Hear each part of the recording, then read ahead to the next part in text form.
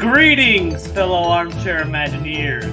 It's me, Jacob Wild, hosting this lively installment of Super Nintendo debates. To celebrate the recently released Super Mario Bros. Movie, we here have decided to share our love of the happy-go-lucky world of Nintendo by having two contestants battle it out over the following topics. Who should the villain or villains be in the next Mario movie? Besides Mario and Donkey Kong, which Nintendo franchise should be the focus of the next Super Nintendo World expansion? And in honor of Mario Kart, what is the best Nintendo vehicle? Now, jump up superstars, grab your sword, arm your cannons, get in your carts, and get it on like Donkey Kong! As we head on down to the arena! Or battlefield in this case. In this corner, he may be a flat character and not have a lot of depth, but he definitely brings a game you should watch. Hoping to laugh all the way to victory, it's Joker! And in the opposing corner, the main character of a legend named... The legend of a main character named after someone else. He breaks pots for change and has a soft spot for cuckoos. Give it up for Pie! Who will come out on top? Will either contestant have what it takes to reach the flagpole? Or will they fall down a bottomless pit of despair? Only one way to find out. Joining me on this judge's tribunal tonight is Tiki. And Hey, how you doing, guys? Hi. Good, how are you guys doing? We were expecting somebody else. I think somebody else will show up, and they might show up momentarily, but as right now, it's just me and Tiki on the judges board. That's right. So I do want to encourage the audience. We might just go at it where we kind of just have to decide who wins based on Jacob and I if we're unanimous. But audience, by all means, for this debate in particular, we would love to hear your feedback on who you actually think won the debate. So we will actually be taking that into pretty serious consideration based on our circumstances this evening. All right. So, Jokers, Pie, how are you guys doing tonight? Hi, I'm doing okay. I'm doing better. That's good. Are you still sad that Theme Park Priest insulted you in the comments? Not as sad as I am at being accused of being a professional. Wow. I amended it. It's okay. Thank you. You're welcome. Right. Okay. So I was like, all right, so everybody's doing good. And then, forgive me if I'm wrong, this is our first ever debate based on video games. Yeah, no, that's absolutely 100% right. And what better way to do it than, as I mentioned before, the happy-go-lucky world of Nintendo? And obviously, with the new foray into motion pictures, next to the Super Mario Bros. Movie, we thought it would be perfect timing. So, but before we go on and have you guys duke it out, we'll have a quick refresher on the rules. First off, there are 3 main round questions, and you guys will reveal the answers you have chosen. The order of which you will go will be determined by the randomizer. After both picks have been revealed, you will give your opening statements explaining why you chose what you did. Choose your fighter. After both opening statements, it's a free-for-all brawl of words, each one arguing for their pick while tearing the other one down. Once I've heard enough, I will play this sound.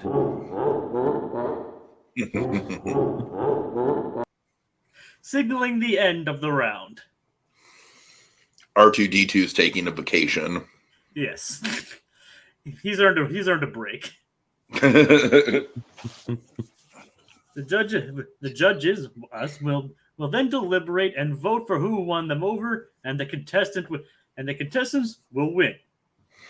Usually, as we know, it's a trifecta, but Obviously, we're going to take your guys' take your guys' votes into account too until we secure our third judge.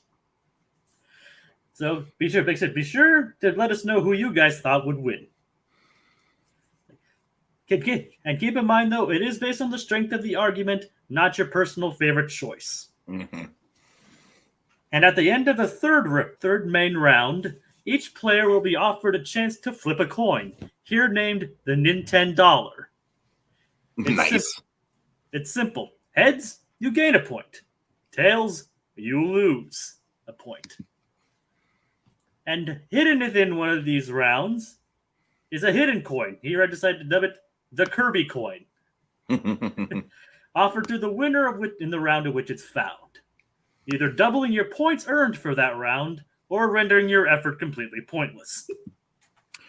Now, Jacob, I want to ask them about the Kirby coin, though. Are we sticking with the rule that Dragon instated last round where if someone gets the hidden coin and they don't want to flip it, the other person automatically has to flip it?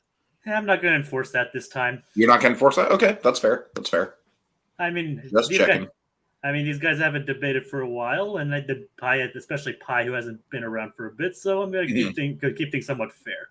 Okay, that's totally fair. If he doesn't, I'll offer it to him. I'll do this though. If let's just say if one of them gets it, I'll offer it to the other one. If the other one doesn't flip, okay, I like that. I mean, basically it's just the same as having two third round coins essentially. Mm-hmm. But either way. But while we're on the subject of coins, there's something else. Hidden within this debate, there are some super secret hidden words. Tiki, who will be listening for these words, will explain the process to you.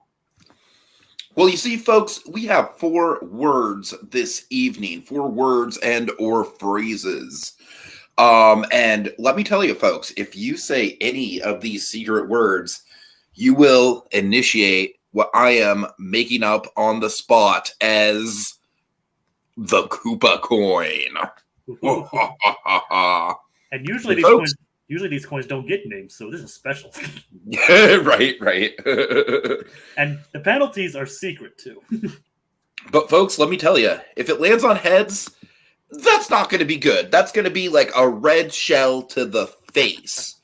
But if it lands on tails, oh, that's really not good. That's really not good. If it lands on tails, then it's a blue you're shell. going to get a lightning bolt, and you're going to feel real small about your chances of winning as a result of said lightning bolt. Oh, yeah.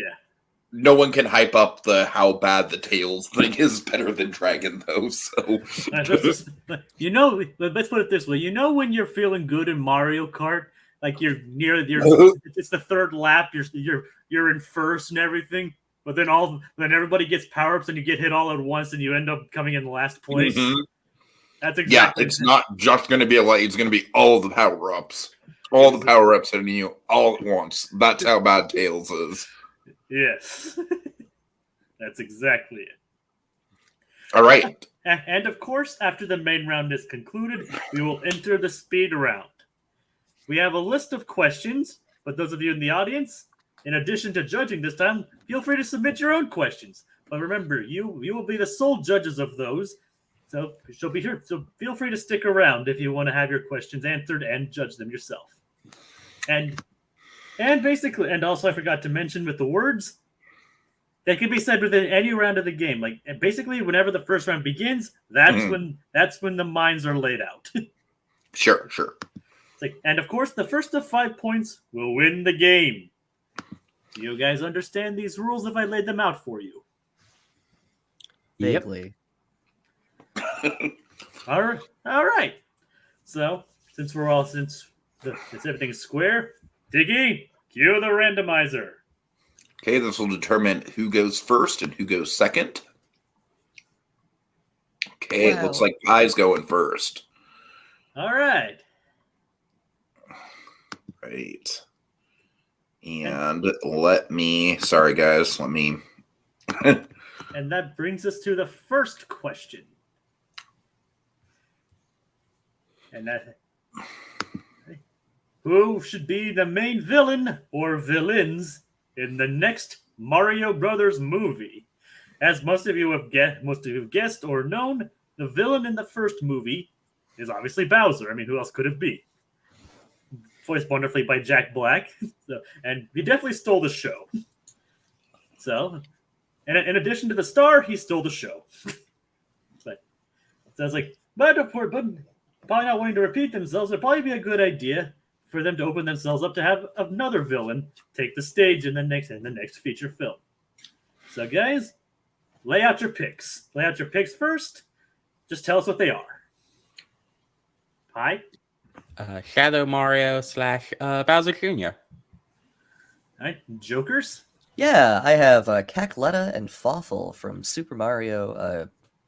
Oh my God, what is it? Superstar Saga. Mario. Sorry, I'm tired. Yeah, Mario and Luigi Superstar Saga. Yes, that may be deducted points, Jokers. Okay. I'm just kidding, but it's a warning. It's a great game. It is a great game. I haven't played game. You should play it. I haven't played the remake though.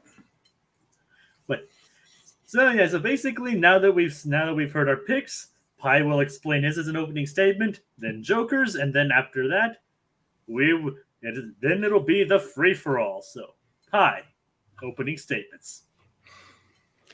One of the biggest problems with the first Mario movie is that it didn't have a lot of depth and character arcs for the leads. If we're establishing a franchise here, even the cinematic universe, you need time to develop them. So the villains need to be someone that's going to push the characters into ways that will lead to interesting dynamics. And with Bowser Jr. disguised as Shadow Mario, it just throws a whole wrench in the system of the new life Mario and Luigi have in the Mushroom Kingdom and all their relationships with each other, giving them all a chance to grow. Plus, with him being the reveal of Bowser Jr., it gives an excuse to keep Bowser involved, since again, he stole the show in the first one. You want to have him in the sequel, he's great. All right, Jokers. Yeah, sorry. So Cackletta and Fawful, while not really quite as popular as Baby Bowser and Shadow Mario, they are very popular with Nintendo fans. So I think it would be cool to do a little bit of more fan servicey stuff, to have some more obscure and beloved characters. It would change the dynamic in different ways, in that they would introduce even bigger villains, like with bigger stakes. You could have some fun with the characters, like having Bowser work with Mario and Luigi is a fun dynamic that they've done in the games that would be a lot of fun, and I guess sort of unexpected for the movies. For people who don't know the non-mainline movies or non-mainline games. The writing's fun. They're great villains that are like they're great villains, but they're also funny. Whereas I feel like Bowser in the first movie is more comedic than menacing. So I think it would be a nice dynamic shift to have a bigger threat for a sequel to the Mario movie. All right, guys. Now that we've heard the opening picks, duke it out. Yeah. So I like the idea of Bowser Jr. and Shadow Mario. First of all, let me say thank you for not picking Wario. I love Wario, but I don't think he would make a great main villain. No, I almost went with him, but I thought, no, that's just kind of a boring answer. Yeah, I almost went with him too, and I don't think he's a villain though. Yeah, there aren't really as many places you can go with him. My biggest issue with Bowser Jr. and Shadow Mario is that I feel like it would be treading a lot of the same ground as the first Mario movie. Where you just kind of have another Koopa villain, especially one who's so related to Bowser, another one who wants to steal Princess Peach. So I feel like it would be treading a lot of the same ground, whereas Cackletta and Fawful, they don't really want to steal Princess Peach, they kind of just want to take over the world. And I feel like it would also bring a more interesting dynamic of the comedy that Bowser had with more menacing qualities that I don't think he really had in the first movie. You raised some good points, but what you're missing here is that it's not just the Koopa Kid here. He also has the disguise as Shadow Mario. If you go with the story like Super Mario Sunshine, where he's framing Mario for things, that adds a whole different element to the movie, to the story, to the world building. No, and that was I because get what your you're thread as saying. a villain is more psychological, making it almost like a mystery, like a Mario Knives Out. I get what you're Whereas with your saying, and characters, maybe, while they're great, they're big, exciting, they're so disconnected from what we saw in the first movie that it feels like but I we think just that's a good established thing. something. I think that disconnection is a good thing because they're like this big cosmic threat that you've never seen before. It's kind of building. Cosmic is the wrong word, but you know what I mean. It's kind of building from the first movie, so the stakes are now higher. Whereas I feel like using Bowser Jr. would be just kind of like a sidestep rather than like moving forward properly.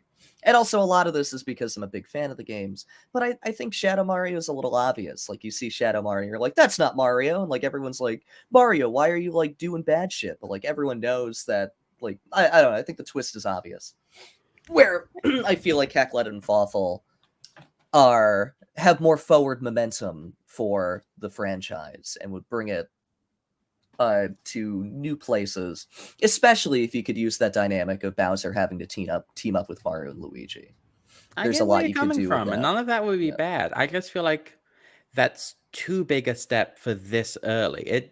The movie's made more money than like everything ever practically. We're going to have a lot of movies. You don't have to rush right from the first Iron Man into Guardians of the Galaxy 2. You can No, but I take some mean, time to build out. but at the same time, like, you should be building somewhere. Like, you can introduce Bowser Jr. in some way. Maybe it's like a side character or like a secondary villain without Shadow Mario. Because I feel like he's kind of transcended Shadow Mario at this point. But, like, it's obviously this is going to be a franchise that sticks around for a while. But, like, I don't know. I just feel like you should be building. Like, if you're going to build further and further, you should build more than less. Like, take True. bigger steps rather than slowly build up to something bigger. But you have to build on a foundation, and And they already had the foundation. Yeah, but They've already characters set up the didn't Mushroom have a Kingdom. They've strong already set up character DK arc. Kingdom. I'm sorry? You have a good world building. You don't have good characters to build on. They were all very basic, and that's one criticism almost everyone can agree on. Whether they agree Yeah, but I how feel much like that matters, I that's feel a like big having a debate. bigger villain like that would allow for the characters to build more because you've already introduced them.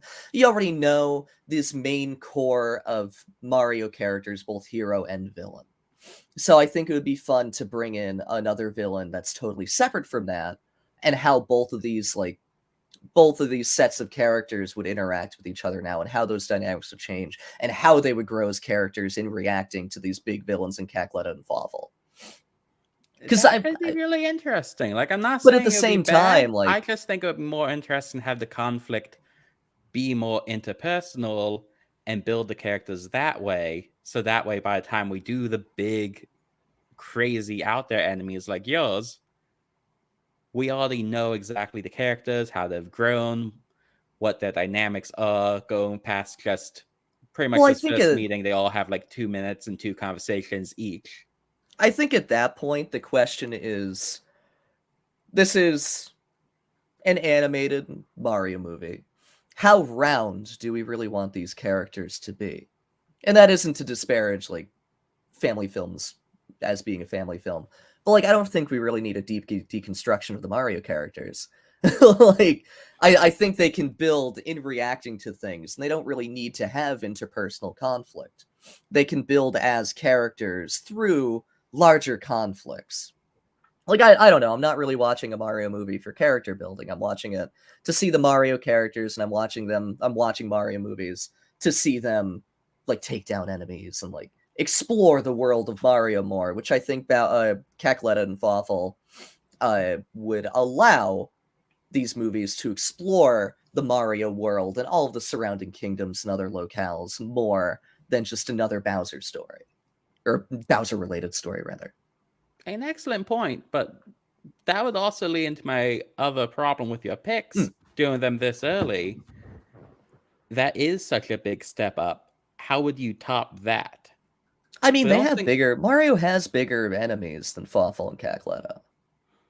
Bigger in terms of popularity, but that's No. big I mean, broadening even in how exciting in and terms weird of the threat. world can get. How do you go from that to Wario for the third movie? Well, no, I wouldn't say that.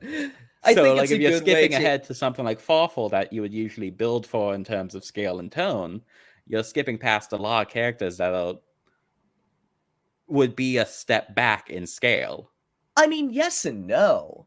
Like Fawful and Cackletta, they're big villains, but I don't think they are the biggest villains or like the most wide-reaching villains in the Mario mythos. And that's a weird phrase to say. So like there's definitely forward momentum for the franchise to go past introducing them. Even if it's just something as simple as introducing more villains related to them that have done stuff with them. Or he could use Bowser again in other ways, because like I don't think Bowser went as big as he could have in the first movie either. I think there's more places to take him to make him more of a more larger threat. So I wouldn't necessarily say that Fawful and Cackletta are like the end all be all of Mario villains. There's a lot of places you can still take it to have bigger threats past them. But I think that they're a good stepping stone to introduce the world surrounding the Mushroom Kingdom. And a lot of those weirder characters that aren't really in the forefront of the franchise. Whereas Bowser Jr. and Shadow Mario, well, great. I feel like they tread a lot of the same ground as Bowser. Or rather, a lot of the same ground as Bowser is portrayed in the first movie. Like I said, I agree with a lot of your points. I just don't think they're a good fit for movie 2, especially That's since fair. it's still building an audience. It might be good to find out, was this a novelty that people all came out for the first time, or is this something that audiences are going to come back for future Mario movies? But Because wouldn't you they're want not going them to be to characters that are going try? to bring people in, unless they're No, all I be think the diehard I don't know fans. about that. I think they would bring in a lot of the core fans. And like a lot of the kids, a lot of the families are going to see it regardless. Yeah. It sounded like a bang at first. It was That was good timing. It does. I was sending Jacob like, I think we're good. Like right as he did that. Like that's good timing. Yeah, I think it is. I think that. Thank you for that, but Okay, so the audience is engaged. They're ready. So audience, go ahead and give your answer. Jacob, how you feeling on it? in all honesty, though, I mean, I would like to see both of these movies. To be honest, I think both of these would make great ideas for a Mario movie. It's like obviously you brought up like Wario being probably a common but kind of boring pick, maybe a safe one. And I honestly think Wario, like, this might be unpopular, but I think Wario's got enough to fucking carry his own movie between Wario World and between like the Wario Land and WarioWare and stuff like that. You got Waluigi, like WarioWare. There's a literal cast of characters. He's an anti-villain. Like, fantastic. Yeah. He's a great character. Yeah, I mean, he could like be someone who's basically helping for his own personal gain. But like, and then like also some people are anticipating Wart as the next villain. Yeah, I was thinking about. I would love to have Wart as the next villain. I think King Wart is like there's like no substance to him. Though. He's just Frog Bowser. I know. I know. But, that inspires. I want to get a fucking King Wart shirt now and wear it to Nintendo World. I think you can. Well, not at Nintendo World. Probably through T-Public. And not to mention like all the Paper Mario and obviously Mario and Luigi villains. Yeah. Yeah. And speaking of which, my pick is Joker's. I think I think he laid out his pick better and like laid out like how like taking the next big step could be like and shedding some light on some more unfamiliar characters, even if they do have like kind of like a cult following, would kind of make it an interesting step for the next Mario movie. And I kind of wish I heard more of your overall pick, Pie. Like it's like, oh, it's going to be psychological, but you didn't explain like how You mainly explained like Bowser Jr., not necessarily how Shadow Mario would fit into the whole thing. Yeah, he's like the Blofeld. Knives Out, but with Mario. That was a really big leap to make with like an Illuminations movie. Yeah, no, I mean, that's not to say it couldn't be done, but I could see DreamWorks trying to do a Knives Out style movie. I can't really see Illuminations trying to do a Knives Out style movie. Super Mario Brothers 2, Tinker Tailor Soldier Plumber. Very excited. Hi, actually, the audience did vote for Joker, so congratulations, Jokers. You do have the first vote. But Pi, you would have actually gotten my vote because I agree with Jacob. I would have liked to hear more of your pitch, but I think you did a really good job defending why Joker's, while it would make a really good villain, like the line that really solidified me is like, you don't jump from Iron Man 1 to Guardians of the Galaxy 2. Like, and that was pretty much the thesis statement for your whole argument. I do think it's going kind of like too much into the obscure cosmic direction. So like, definitely respect the audience and Jacob, of course. And so Jokers, you definitely earned that point, but Pi, just know I was in your corner for that one. Like, although for Jokers, I kind of wish you would have highlighted like more of like Fawful's unique sense, unique humor and everything. Yeah, I tried to at the beginning, and then I got distracted by other points. I mean, like I have fury. Yeah. It's like, all right. So, first things first, Hickey, did they say the word? Not to my knowledge, no. All right, nobody said the words. That's a clean. So basically, if you just repeat any of those words, you'll be safe. Okay. But I've been writing down every word that's been said. All right, so I will say you guys got close to saying the word once. Ooh. Oh yeah. All right, so let me search for that coin. Like, okay, is it over here? No, it is like it's over here. Like reaching was like, I got it. Oh wait, it's a rupee. Never mind. Nice. It's like, okay, you could literally just pull that same joke, but instead of a rupee, it's a bell. It's a bell. It's yen. It's dollars. It's a yen. It's a gold bar. It's a me Mario. I have a yen right here. It's oh wait, it's like yeah. Hold on. Here's my yen. I found a yen. Nice. Okay. All right, so that brings us to the next round. Oh, sorry.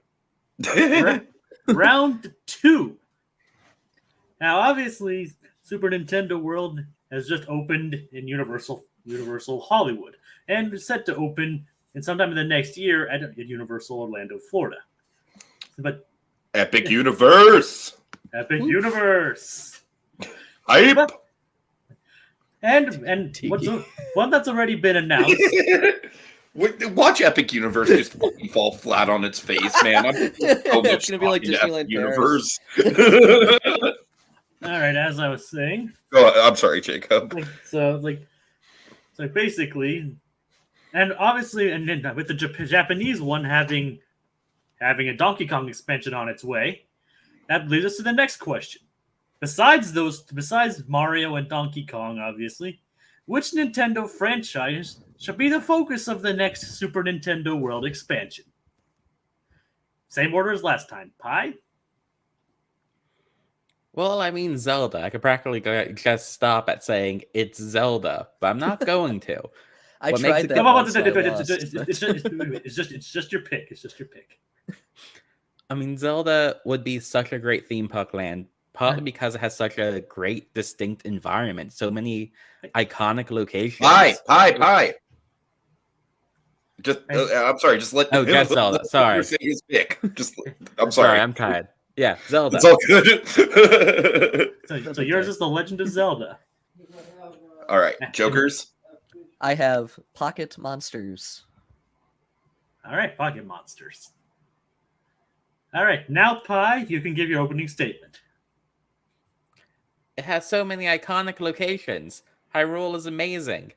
It really is a testament to how amazing Hyrule is, that so much of the design of it has stayed consistent since the NES.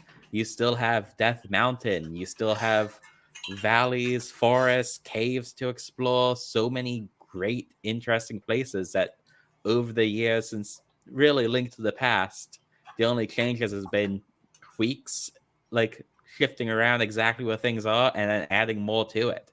It's a great place everyone would love to explore. All right. Jokers. Yeah, Pokemon is one of the biggest franchises, video game franchise in general in the world.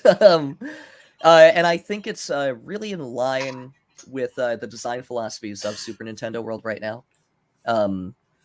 So yeah, that's mainly why it's my pick. There's a lot of I get there's a few iconic locations, but there's more iconic characters, and I think it'd work very well for a theme park.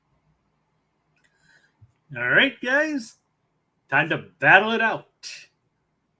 Yep. We both picked the obvious choices. Yeah. But I picked the correction. I think Pokemon. Jacob, weren't we talking about originally just literally not including these two? You probably should have. Yeah, I think so, but it's too late for that now. Well, the thing is, we figured that Tegan would be here, and we figured that she would pick Metroid. I was like, yeah, that's what I thought. But both these answers do work, so let's just see how that goes. Yeah. No, it's kind of interesting having the debate be between the two most obvious ones they're probably debating between in real life. Yeah, no, totally. I think Pokemon is a little bit more. I think it lends itself a little bit more to the medium than Zelda does. Universal's already been hinting at Pokemon in the parks. At least in Japan, they have Pokemon in their parade. They have like these big this big Ho-Oh and was it Ladia puppets. They got a big float. You can get Pokemon snacks now, which obviously that's 2/3 of a land right there. They're so close. But I think like the gameplay loop of a Pokemon really lends itself to the design philosophies of Super Nintendo World, where they focus a lot on interactivity. They focus a lot on the land as a game. So I feel like that would Pokemon would be the best suited for that, or at least I guess it would sort of still act as a proof of concept before they can get into some more experimental stuff like Zelda. Where as much as I love Zelda, and I'm sure you can make some really cool rides out of it, I think it's a little too obtuse to effectively feel like the game while still being used in the theme park. You make some good points there. I see where you're coming from, but I feel like there's a critical flaw with Pokemon is I feel like it's going to have the Avengers Campus issue, where there's these really cool characters everyone loves, and they're just in some really boring place. Because there's No, I disagree. There's nothing. I'm sorry, finish your point. There's no interesting locations in Pokemon. It's just places.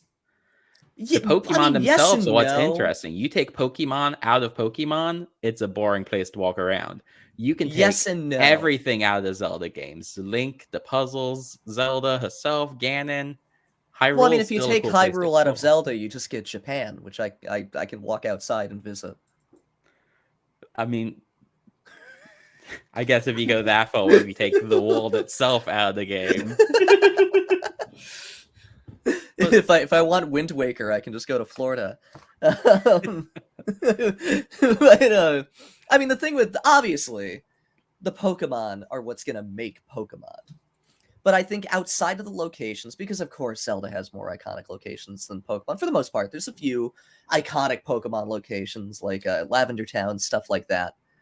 And, quick side note, I do think that while Pokemon doesn't look... the land, like the areas, the zones of Pokemon aren't quite as iconic as Zelda. Like, they do look very pretty, and they do have a distinct look to them that is very Pokemon, and couldn't really be mistaken for anything else. But I do think that it's the Pokemon that are going to make that land, obviously, because it's a Pokemon land. And they're about the characters more so than they are the physical locations and the buildings and the settings. I would love Pokemon. Everyone loves Pokemon, but it still sounds like you're describing a land that's going to have the Avengers Campus issue. Well, let me put it this way. Zelda. Oh, go for it. So you go... Sorry. Go for it. Sorry. So let me put it this way. You go to Nintendo World, Super Nintendo World. The big thing in Super Nintendo World is the interactivity. So you ride Mario Kart, you ride the Yoshi ride if you're in Japan. And then you have an entire land to discover with games dotted all over the place. There's a whole experience that you can only do if if you like do a certain number of these mini games that are scattered around. And I think that system, that design philosophy really lends itself to the Pokemon property. You can walk around the land and you can catch Pokemon, whether that just be through using the band or like through something similar to Pokemon Go. Maybe if you collect a certain number of Pokemon, you can go to a gym and do a gym battle, like something like that that's kind of locked by your progress in the land. So it's less about, for me, it's less about the locations and it's more about the gameplay loop and really translating the feel of the game to a theme park into a physical setting. Yeah, but like you said, that's essentially just a souped up version of Pokemon Go, which I can already play in the theme parks. Whereas with Zelda, you have puzzles. Like puzzles, dungeon puzzles, Korok puzzles. But how would you Scavenger effectively hunts, lots of translate that to a theme park in a way that's easily repeatable? Sliding blocks, looking for things, timing puzzles. Like, look at Breath of the Wild and all the shrines in that one. How many of them will just find a way to use this gadget in this interesting way? It's like with the Mario World, you're not literally jumping on Goombas. You're just kind of pressing a button to do it in time with something else. So pressing these buttons in a certain time together. And it's all really cool looking stuff. And you could easily translate all those to Zelda too. Here's the bomb puzzle, bomb shoe bowling from Ocarina of Time. That already feels exactly like the type of interactive elements you'd have in Mario. Oh, in the I don't know. Nintendo world. I get what you're saying, but I really think that if you try to put Zelda in a theme park and you try to do the things that you, like you said, at some point, it's going to stop feeling like Zelda. Or stop feeling quite like Zelda. It's not going to be quite as effective as Mario is right now. Whereas Pokemon, it's much more easy to do a one-to-one. Like, even if a lot of it's digital, you can still buy plushes, you can still buy Pokeballs. You can make it as close as you possibly can to the feeling of the property. Whereas Zelda... You can make it feel a lot like the property, though. I feel like with Zelda, what's almost as important is getting the vibe of exploration. Like, the inspiration for Zelda originally was the game's creator just going around and exploring places nearby in his own backyard. And if you could just take that on a bigger scale and let guests, here's this fun place to explore, find puzzles all around it, find these little mini dungeons that you get to tap through to gather up whatever the MacGuffins are so you can go fight the mini boss. And yes and then no, but go to I Hyrule feel Castle like for the big ride. I feel like it could start getting muddled very easily, where I feel like Pokemon is a lot more focused and a lot, again, like, I think it's easier to make it feel like Pokemon, whereas Zelda could go wrong in a lot of ways. And I think it's... I don't know. I just... Okay. You can finish your statement. No, I don't really know where I was going. It was just like, I just feel That's like how most of it'll my get muddled. sentences are. All right, Yeah. I guess it's a good thing we cut you off then. Thank you. All right. All right, so audience, if you have opinions, by all means, we would love to hear them. Jacob, is it okay if I go first this time? Yep, go right ahead. Okay, so yeah, guys, I think this was a really good kind of like back and forth.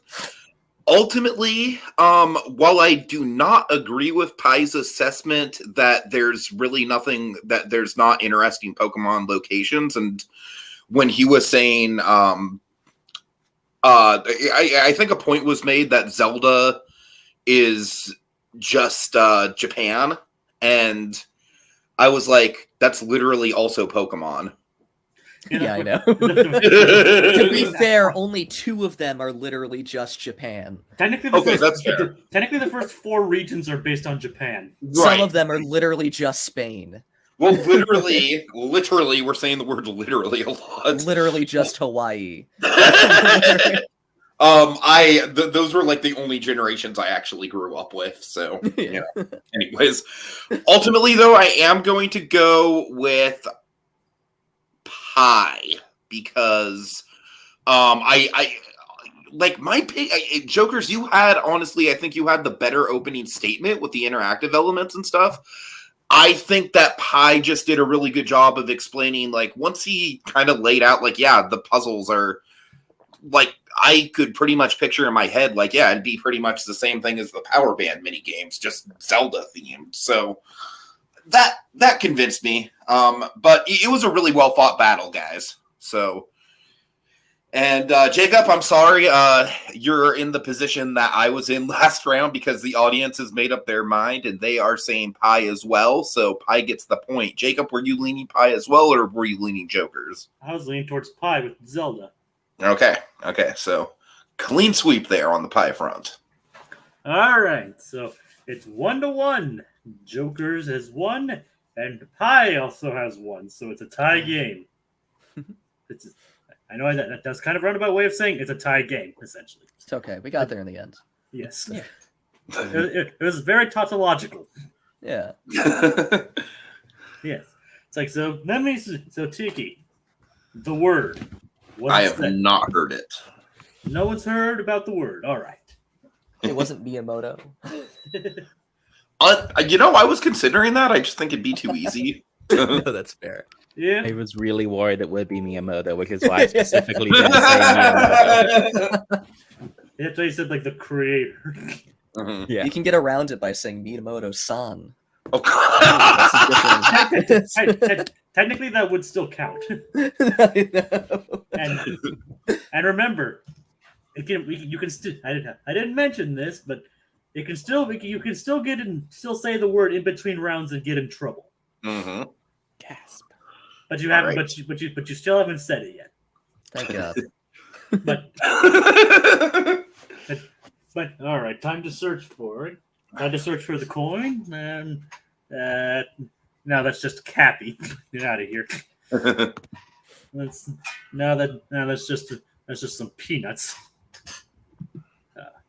And some. All right. The coin is gonna have to put on hold for a bit, so I think it's time for the next round. Like, we all know it. We all love it. Mario Kart. It's like very few have even reached the quality of Nintendo's racing opus. I mean, one could argue say that F-Zero is their racing opus, but let's stick it with Mario for the time being. But in terms of the question, we are expanding. So, in honor of Mario Kart, and even its inclusion in the movie itself, what is the best Nintendo vehicle? Pie. The R-Wing from Star Fox. All right, and Jokers. Yeah, mine is the King of Red Lions, and I just want to say, if you moved the King of Red Lions over like 2 inches to the left, it would have looked like Game & Watch is riding him, and that would have been perfect. Yeah, I know. But I was going for symmetry more than that. It's okay, I understand. Yeah. I know it's a missed opportunity. I'm aware, but like I said, I was just going for symmetry with the R wing and all that. No, you're right. I mean, that's what you should go for. The Yeah. graphic design over the comedic value. Yeah, but either way, Pie opening statement for R wing. I mean, this the R-Wing is great. Sure, it may have started life as inspired by the X-Wing, most likely from Star Wars, but it's evolved so far past that, and it's made so many appearances and so many games. It's just so iconic and beloved. It's in Animal Crossing. It's in Mario Maker. You can play as it in Mario Maker. I don't think there's any other vehicle that's a playable character in Mario Maker. And it's just fun. It has a great design. The design's so great, they've barely even changed it since the Super Nintendo game, where it was like 2 polygons. All right, Jokers. Yeah, the King of Red Lions is great. He's like if a ship was a man. I like talking to him. I like telling him my secrets. He has a great design. He has a great backstory, which is very strange to say for a boat. He's a lot of fun. He's like generally considered to be the best Zelda companion, or at least one of the best. But usually he's at the top of the list, I think. Yeah, I really like him. He's a good man, and he has a good boat heart. Are you sure it's not called a motor? I'm just kidding. I just think because he doesn't have a motor. He's a sailboat. He doesn't have a motor. He's a sailboat. Yeah. So I guess that would be his heart. All right, enough of my semantics interjecting into this. Time to battle it out. The air? Do you prefer the air or the sea? Let's find out. So, King Pi, of what's Red- your favorite? What's your favorite quote from the R Wing? Ooh, Exactly. that's a tough I one. Probably. rest- Pew, pew, pew, pew. No, I love the R Wing. It's a great design. But like, I There think we you go. said it Let's end it yourself. there. We said enough. I think you said it yourself in your opening that it's just kind of based off of other spaceships. Whereas the King of Red Lions is pretty wholly unique. He has a fantastic, very iconic design. He has a great story attached to it. He has a great character attached to the front of him, and he's got an even better character riding in him. It all just kind of adds up to the best Nintendo vehicle. See, he's a great character. I'm gonna give you that. I love Yeah. the King of Red Lions, but is he a great vehicle? Yeah, he is. Because He gets you around the water. I mean, yeah, he's functional, but just about every single change they made when they brought it to Wind Waker HD was things that let you spend less time in the boat. I mean, Everything yes they and no. I changed think that's was just. I think that's less. I think that's less of a point against the vehicle and more of a point against the gameplay. Whereas the Yeah, vehicle but as a vehicle is still great. I mean, just the same. A lot of people had trouble with the controls of the R Ring and Star Fox Wii U to the I mean point where that is a that's good point. largely reviled for the same reason. That is a good point, but that also at that point was like several games into playing as the R-Wing. How Yeah, many but also games if did you you get to remember, ride the King of Red Lions again? if you remember, they had an entire game where they specifically kept you from the R-Wing, which Zelda didn't do. Wind Waker, you always ride the King of Red Lions. They didn't do anything to keep you away from him. The whole point was to get back to him pretty much always. And then he was basically the catalyst for the entire game, whereas the R-Wing is just kind of a means to an end. If Fox was in a situation where he didn't have the R-Wing, he would use that other ship with no second thought or regret. If for some reason Link had to ride in another boat, he would be sobbing. And so would I, frankly. He does ride another boat in that same game. But that is like before multiple times. That's before he meets the King of Red Lions. And even after he meets the King of Red Lions, though, he never goes back to it in any future games. Whereas you mentioned one game without the R-Wing. To be fair, you're saying that the King of Red Lions turned back into a man, so he was no longer a boat. To be fair, he could have gotten a piggyback ride. That's all I'm saying. He comes back to the underwater Hyrule Kingdom. He's like, I need you to be a boat again. How he turns into the king. He's like, how am I gonna get home? Oh, no. Like, what is it? It could be a piggyback ride. That's all I'm saying. Yeah. But look, with the R-Wing, the whole gameplay loop is centered around it in just about every game, other than the one you mentioned, which wasn't even originally a Star Fox game. They just brought him in later to save it. To be fair as well, multiple Star Fox games introduce mechanics that don't use the R-Wing, like the tank. And there's the weird one with like the weird like walk-in R-Wing, which I think is still the R-Wing, but they do have a tank that you get out of. They have game modes without the R-Wing, and it's the worst part of every game it's in. See, because they still do it. But they still do it every time. The one thing they always come back to is put you in the R-Wing, and the better you play, the more you can upgrade the R-Wing by finding things like double lasers and health upgrades, because that's what makes the games fun. The R-Wing. Yeah, but I think the King of Red Lions makes never go back to any boat. I think the King of Red Lions makes the game fun and also interesting because there's a level of intrigue. When you first meet him, you're like, wow, a talking boat here in Hyrule? Where when I see the R-Wing, I don't really think about it. I'm just like, oh, that's a cool sci-fi spaceship. It looks like other sci-fi spaceships that I've been seeing for 40 years. Where the King of Red Lions is wholly unique. He has a really cool dynamic with Link. He has a really cool story. He has a great design. Whereas the R-Wing, while used more, I think a lot of the reason why it is used more is because that's literally the game. The game is about that vehicle. Whereas, I don't know, like, I don't think it's really interesting because of the vehicle. I think they designed the vehicle because they needed a vehicle. And while it's a good vehicle, there's nothing really to it outside of it being something to shoot aliens or animals. Shoot animals is what I'm gonna decide on. Shoot animals is the term through. It's a little unclear. Yeah, they should get on that. I need I to mean, be like I explicitly said, told.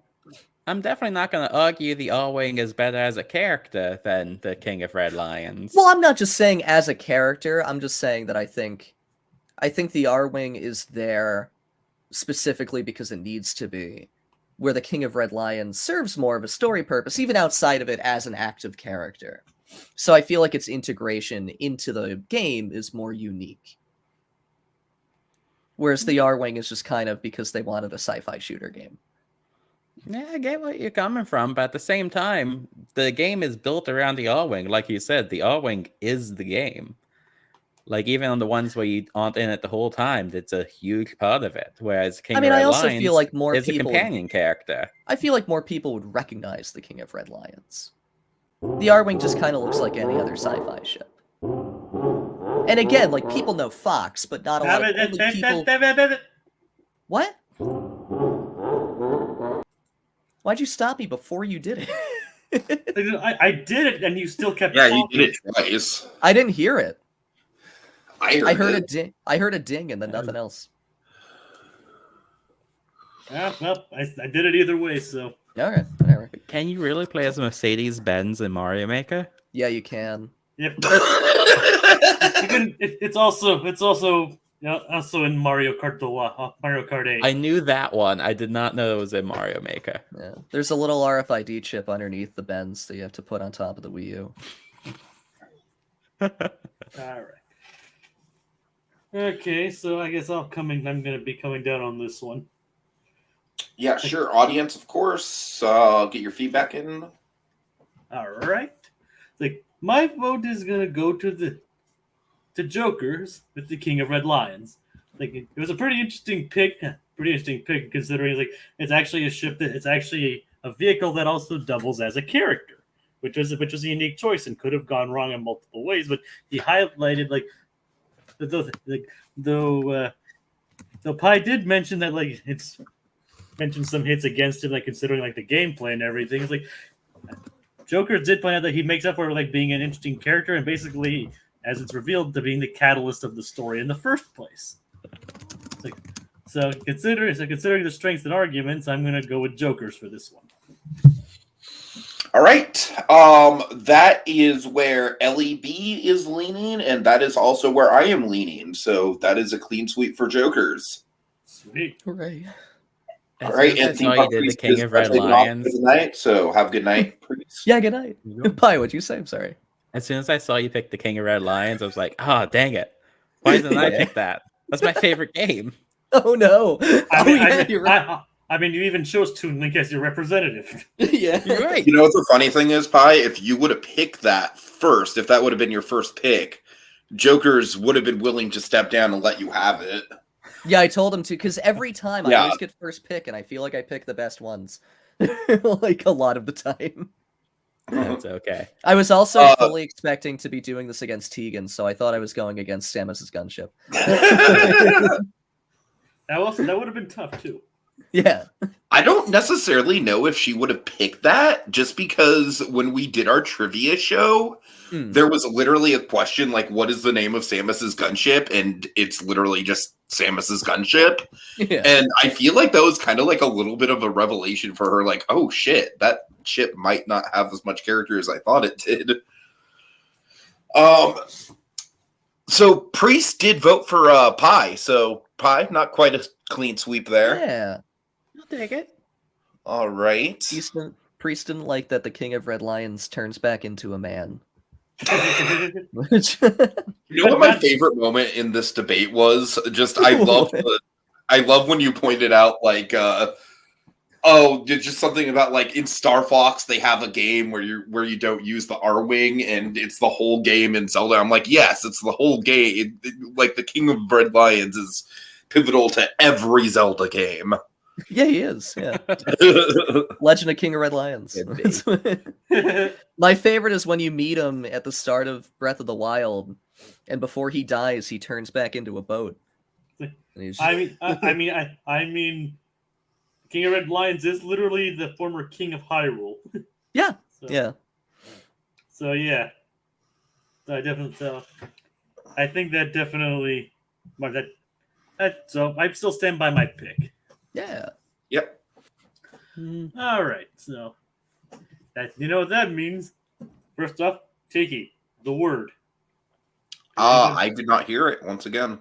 I did not hear the words either. So Okay. so that so since we've reached the end of the first round of the end of the main round, that means we can first off that means we can get rid of the banner. But Yeah. What about the hidden coin though? the hidden coin. But first, we need to take care of the Nintendo first. Oh, you want to take care of the Nintendo first? Okay, I see how it is. Well, actually, the hidden coin is not going to be in this round. I'll just forego any pretense. Okay, fair enough. I'll just forego any pretense. It's not here. But all right. Since Joker's won that round, you have the option. Remember, you are 2-1. So, Jokers, will you flip the coin? I'm not much of a risk taker, so I'm gonna say no. Wait a minute. Don't both people get a chance to flip it? Yes, but remember, it's offered to the winner first. Oh, okay. Sorry. Okay. And so, Pi, will you flip the coin? I am a risk taker. Why not? I'll flip it. That's the spirit. Hold on, Tiki. Hold on. What? Oh, okay. All right. Oh, no. Damn! I hate to see it. That means it's now Joker's 2, Pi nothing. Ooh. Gasp. Oh man, that's unfortunate, Pi. but you'll have plenty of time to regain that lost point and even maybe take home the crown in the speed round. So quick refresher here. It's you give your opening statements. We ask you a question, and basically whoever speaks first goes first. The randomizer is no longer the randomizer order is not in vogue here. Basically, whoever speaks first goes first. So do you speak up immediately and get your pick, or do you wait until to hear what the other person says and possibly get a better answer? So it's all a matter of strategy, and there are different variations of questions. And remember, the word is still in play, and also the hidden coin. So keep an eye out for those. All right. Jacob, we have a couple good submissions from Ellie. Okay, all right, Ellie. So that's a good call, Tiki. We'll actually go with one of Ellie's questions first. Okay, I'm feeling the first. I don't know. Actually, we have other Smash Brothers questions. So, do you want to do the DLC one, Jacob? That's probably a good idea. We have at least one Smash question. Yeah. Okay. So, Ellie, remember you get to call this. What Switch game most deserves DLC? Doesn't matter if they already had DLC.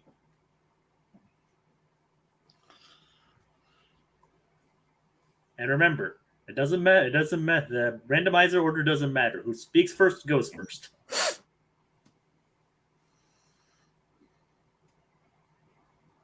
Animal Crossing. Okay, Joker's with Animal Crossing. Metroid. Pi has Animal Crossing. Right. I'm gonna say Metroid Dread. All right. I am shocked neither of you went with Odyssey. That's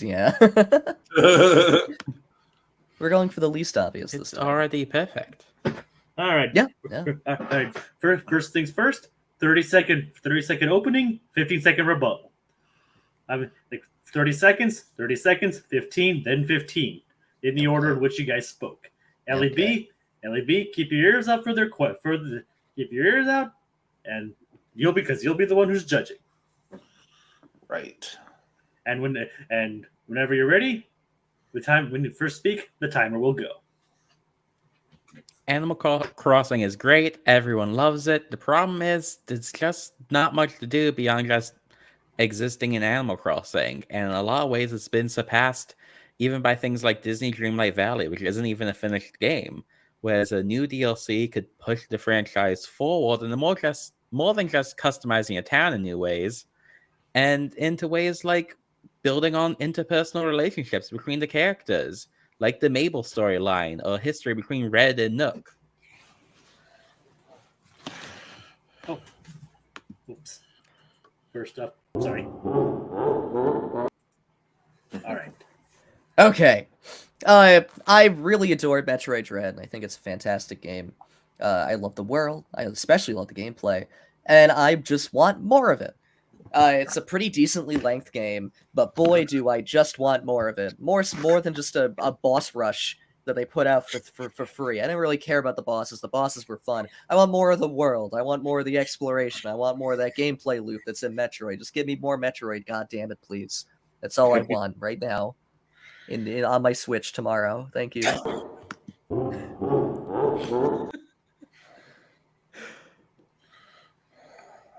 Everyone wants more Metroid. Metroid is great. But what you want is Metroid Dread 2 or just more Metroids. Whereas with Animal Crossing, I feel like there's a real opportunity to expand what's already there and push the franchise forward using that base game. I just heard it once. There's just one laugh. It's a single sound file played on loop. Okay. I love it. No, what I want is a little bit of like a halfway point past Metroid Dread, because I think the story is great and I think it ended at a really interesting point. For Animal Crossing DLC, I think that it has great DLC already, and I really think the Happy Home Design or whatever it's called is all you really need. All right, LEB, how you feeling? Okay. Pi, would you like to plug your channel really quick? Yeah, go check out Pi the Theme Park Guy. My videos are dumb, but they're only 3 minutes long. Wait, that could Well, be your 3 minutes and 14 seconds. That could be your slogan. Yeah. It's not great, but you know, what else are you doing? It's like that could like be your band, like the slogan on your banner is like, it may be dumb, but it's not long. When you occasionally make long form stuff, I do really like it. I do like doing the long form stuff. They just take so much longer, and they really just don't do as well either. Looks like really? Not? Oh, that sucks. No. Plus, the short videos let me do a lot more fun topics that don't really lend themselves to 30 minutes. That's fair. LEB has spoken. Yay. The most professional debater, Pi. Alrighty. Back on the board. That brings Pi back to the Pi back to the point that he lost. So indeed. So good call, Pi. All right. So what kind of question should we go with next? I'm feeling Muppets. All right, but as you guys know, it is tradition to have a Muppet question in our debates. Usually our Disney themed debates, but we thought we'd sprinkle it in here as well. Unless it's like Warner Brothers themed, then we always go with Sesame Street. But in this case, which Muppet would make the best video game mascot? Thank you, Tiki, for submitting this question. Mm-hmm. Let's say Dr. Teeth. All right. Yeah. It's a good pick. Thank Go you. Gonzo. Gonzo's always picked. Good pick, but good nonetheless. Sorry. Cool. All right. We good? Okay. Yeah, we're good. We need a music rhythm game renaissance, and who else to be the figurehead of said renaissance than Dr. Teeth? He's a great character. He has a very iconic design. I think it'd be a lot of fun as like a host to a music game, like a Guitar Hero or like a new rock band starring the Electric Mayhem. I think he's just a really cool choice, and it would be a lot of fun. And it would be good to get him back doing something, especially now the TV show's coming out. It would work really well. All right. Gonzo's got a fun design and he likes doing crazy stunts. There's a lot you can do with him with video games. I'm picturing like a old school mascot platformer that is due for a renaissance. The Switch started it, but then it didn't quite get the renaissance. Like now's the time. You could go all in on that and have a Mario Odyssey, except for your Gonzo doing crazy stunts throughout different Muppety locales. It could be a really fun game. And I can't think of a better mascot to pick who is so central to the Muppets.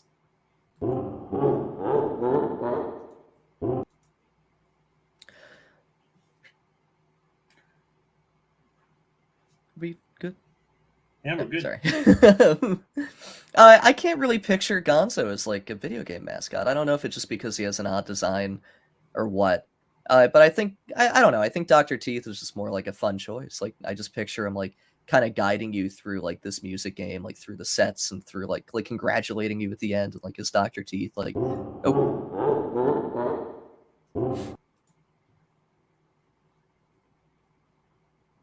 I'm trying to picture Dr. Teeth giving a tutorial, and I don't see any way that could happen. He's a bit too chaotic to be a host for a game that he would have to teach you how to play. He would just be like, yeah, let's just go, rock and roll. Can I have a retort after we've decided? Because I'm committed to this now. Sure. Yes, but after we've decided, yes, so it won't. Yeah, no, after. All right, so Tiki, since it was your idea, since it was your idea, and your idea for the question, you can pick this one.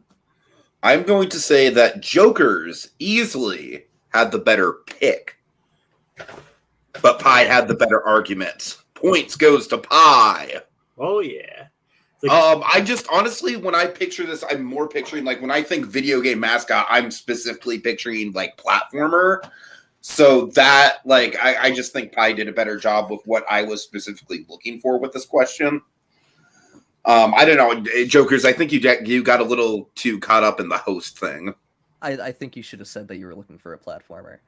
That's fair. That's fair. Well, to be fair, multiple kinds of video game mascots exist, not just platformers. But heck, for PlayStation, for PlayStation rhythm games, Parappa the Rapper was a video game mascot. Right. Exactly, yeah. He was more of a minor mascot, and like not to the extent of Crash or Spyro or anything, but he does have a devoted fan base, so it's not exactly like he's unknown. I know. I still just think like the argument's a little bit more in Pie's favor for me. No, you're good. I don't disagree with you, Dragon. I'm just saying, even with something like when you said Dr. Teeth, I was kind of imagining something like Parappa the Rapper almost. Uh-huh. I do want a Dr. Teeth in the Electric Mayhem rhythm game, though. That does sound amazing. And I don't agree. I'm sure it was just for debate. I don't know if you actually think this, but I don't agree that he wouldn't be able to do a tutorial. I think that'd be really fun. I don't agree with that either, honestly. Him with like his weird language, I think would really lend itself to like a fun, like here's how to play the game tutorial. Now here's how you play the game, dude. Like all you just hold the controller in your hands and you press these buttons. Yeah, that's fair. I feel like it would be more fun have him say like some wild like let's just go rock and roll type stuff, and then like Scooter pops in and was like, these are the buttons you actually have to press. Oh, you could do that too. I mean, I think you could do both of those. Yeah, like Dr. it could definitely walk either way. Like, let's rock and roll, and then Scooter's like, no, you have to teach them, and he's like, oh, but he's like doing it like his very like roundabout kind of like poetic Dr. Teeth way. Yeah. So Tiki, were any of the words uttered? Not that I heard. Okay, and guys, guess what? While you guys were talking about the intricacies of video game design, I discovered the Kirby coin. Wow. Gasp. And so, since Pie won that round, you will be offered a choice. Pie, will you flip the coin? I don't remember what the Kirby coin was. I am going to flip it. Okay. It's the same thing as the other coin. Cool. Always flip. Okay. Always flip. Yeah. Oh god. Oh, dang it. This is not good representation for the coin here tonight. I think I always me want last it to time land on heads did because debate I too. always want people to flip it. What do you think, Jokers? It's landed on Tails twice. Law of averages. What, I can still do it? Yeah. Then, yeah, fuck it. It's party. Okay. Oh no. Oh! We're back down to 1-1. Oh my god. It's like a soccer match. Oh. Well, I've never had this happen before. Right. Usually we only extend it to just one person, but extending it to two is a good idea. Now it's 1-1. Oh, I'm I'm man. gonna win this with 0 points. 1-1 after 4 rounds. Pie, you're back to where you were. No, 5 rounds actually. You're back to where you were, Pie. And Joker, you've lost all the points you've gained except for one. That's okay. All right, Jacob, I'm feeling the wheel. I think we should get the wheel out of the way. Cue the wheel. All right. I want to make sure I have everyone here. I think I'm missing Ness. Is Ness the only one I'm missing, Jacob? I can't really. Mario, Luigi, Pikachu, Jigglypuff, Link, Donkey Kong, Yoshi, Kirby, Fox. Scroll down. How dare you forget Ness? Earthbound's overrated. Whoa! Whoa. Incorrect. Okay. Mother 3 is better. Earthbound is absolutely not overrated. It's a Captain Falcon, and I still can't see Billy beneath the speed round banner. Yep, there's Ness. It's spelled. Is that all of them? Yep. All right. Well, as you guys can guess, the question is, who is the best Smash Brother from the original N64 lineup? So let's go ahead. Let's see. Pie, since you won that round, would you like to spin first or second? I'll go second. All right. Jokers, here we go. And remember, and you're stuck with whatever the wheel lands on. Mm-hmm. Mario! All right. Okay. Not bad. I think Mario's a solid pick. I honestly would not be upset about Mario as my pick. I mean, me neither. All right. Pie. Who's it gonna be? Oh, no. Please, yes. Oh my god, I love it. Mario Wow. versus Luigi. Wow. Basic bitch randomizer. Wheel of Thank Fox. goodness you added Ness. Summoning clutch. I mean, the best characters usually stated as being Kirby, and like in terms of ranking list, people usually put Kirby on the top. LEB Yeah. is like, we're the brothers Mario. We were brothers Mario. Tiki, does that mean I go first? Yes. Okay, perfect. Okay. My favorite character from Smash Brothers is Mario from the Super Mario Brothers series. He can jump, he can fly, he can throw fireball, he can punch, he has a cape. He's a good man. He seems like the type of guy who would fight in a fight and then shake your hand afterwards. So yeah, he's a lot of fun. He's the most well-rounded of all of them. He has pretty cool overalls. He's got nice boots. I like his hat. It reminds me of letters from the alphabet.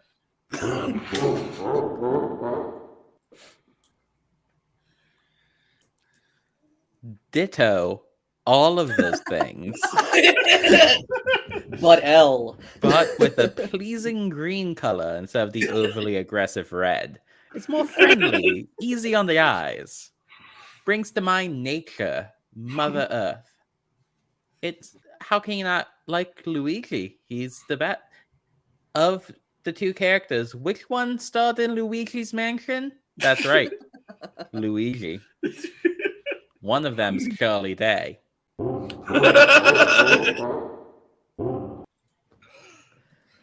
Okay, technically they both star in Luigi's Mansion because they both feature very prominently. But also, I prefer red to green personally in my personal life. It represents warmth and fire and also apples. And Mario has the better mustache. It has more bottom swoopies than Luigi's. It's quality over quantity in terms of bottom swoopy numbers that really count when judging a mustache. Plus, Luigi's taller, and everyone knows that the taller you are, the better you are. That's science.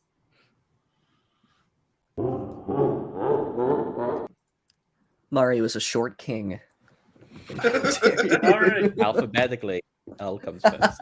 Oh, Rohit's here. It's pretty good. Right? Hey, Rohit! Hey, just in time.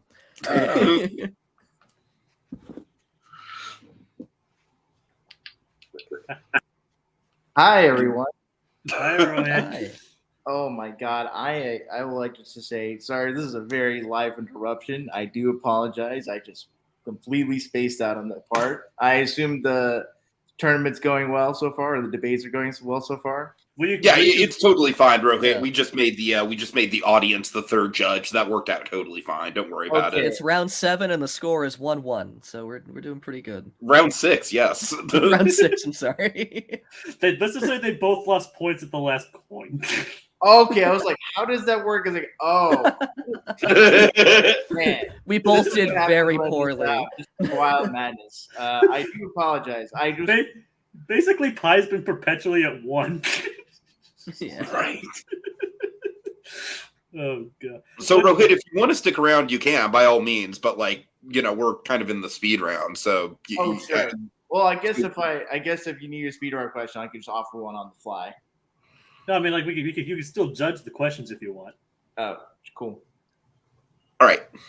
Well, we're happy to have you, Rohit. Don't worry about it. All right.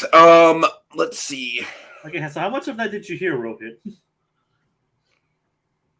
Excuse me? I mean, how much of that question did you hear? Like, how much of the argument did you hear? I did not hear. I'll see this, and then we'll if there need to be one more speed round question, I'll judge. All right. Okay. All right. So I think I'll go for this one. Yeah, go for it, Jacob. You haven't called the speed round one yet. All right. I mean, basically just for the humor of it, I'm going to go with Luigi. Rohit, the question was, it was the wheel question, and we did basically the original Smash Brothers lineup, and it literally came up Mario versus Luigi. I see. And the funny thing is, neither of them actually talked about their qualities in Smash.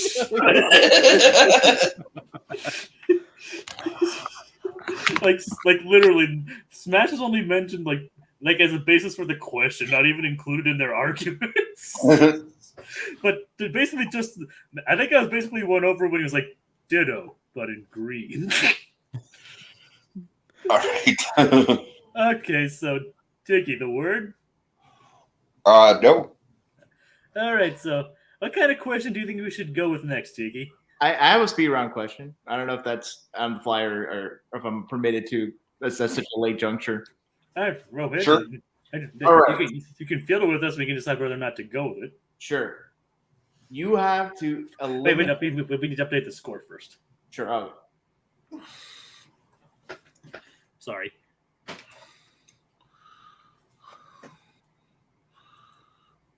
So what's the question, Rohit? You have to eliminate one Nintendo franchise from all of history, like it never exists. I like that one. Wait, was it Joker's that one, or was it? Wait, I chose it, but I missed. Sorry. Pie one. Yeah, right. Sorry, I messed that up. I apologize, guys. Jacob, that question's okay, right? I approve that question. I mean, I approve it. Yeah. All right. So Rohit, say it one more time, and then they can shout it out. Pick one Nintendo franchise to eliminate from all of history.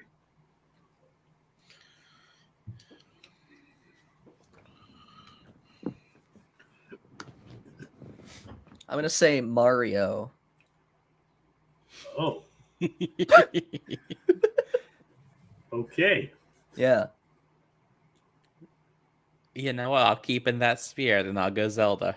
Oh, God. This is the question that turns boys into men. I can see that. All right, so Mario versus Zelda. Yeah. For which franchise should be nuked from orbit? Yes. Okay. Let me lay down a story. It's 2023. There is a sea of shooters and puzzle games. And then in comes me with my new game, Super Mario Brothers. And then I make millions because no one has thought of that idea before. And that is how I make my riches. That's how I make my fortune. I introduce Mario. I introduce Luigi, his girlfriend Peach, Bowser. They're all here, and they're all made by me.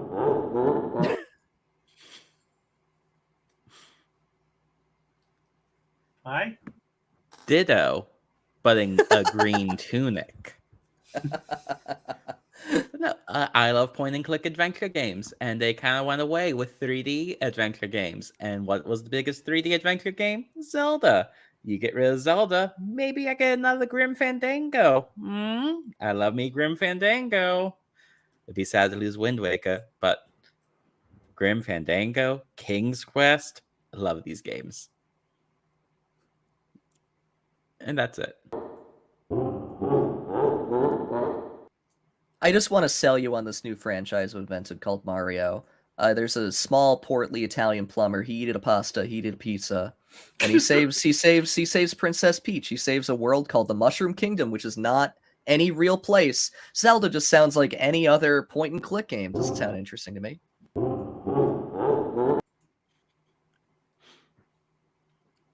If we erase Zelda from history, we'll also erase all the people who tell me that I'm wrong when I say that Skyward Sword is better than Twilight Princess. Because Twilight Really? Oh Princess my is God. boring, and Skyward Sword is amazing.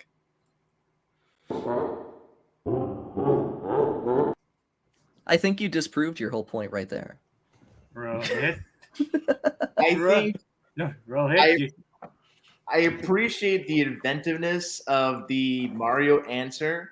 However, I think the answer of Zelda and the analysis and explanation of what the impact of Zelda's absence from the culture would do to the history of gaming, I would see that Pi, I believe, has for Zelda. All right. Joker, is your theory taking place in the same cinematic universe as Danny Boyle's Yesterday? Yeah, I wake up one day and no one remembers Mario. Because start that's playing- when we established that there were like multiple things that were wiped out. I start playing Let's Do the Odyssey, and they're like, "What T- song is that?" Tiki, who's the Ed Sheeran in that scenario? Is it like Neil Druckmann or like Ed Boon? I'm just trying to think of like what video game creator would be jealous of The guy who invented Final Fantasy, whose name I've forgotten, Oh, or the God. Dragon Quest guy. His last name's Hori. Miyamoto would just be like literally like the Lenin role, except Yeah, Miyamoto's he's making art in Kyoto. The guy who created Final Fantasy's Hironobu Sakaguchi. Yes, he has all like these paintings of like big monkeys and plumbers, and he's like, I go to Kyoto to visit him because I heard that Miyamoto's living there as an artist, and he's like, but I don't speak Japanese. Nothing becomes of the conversation. All right, so I Pi watched that movie. So Pi has regained 2 points. We're calling it "It's a Me."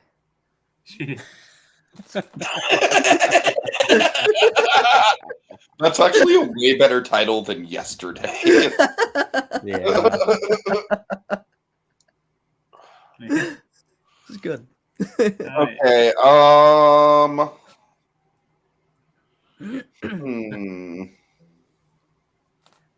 And so I kind of like a couple interesting ones I want to get to.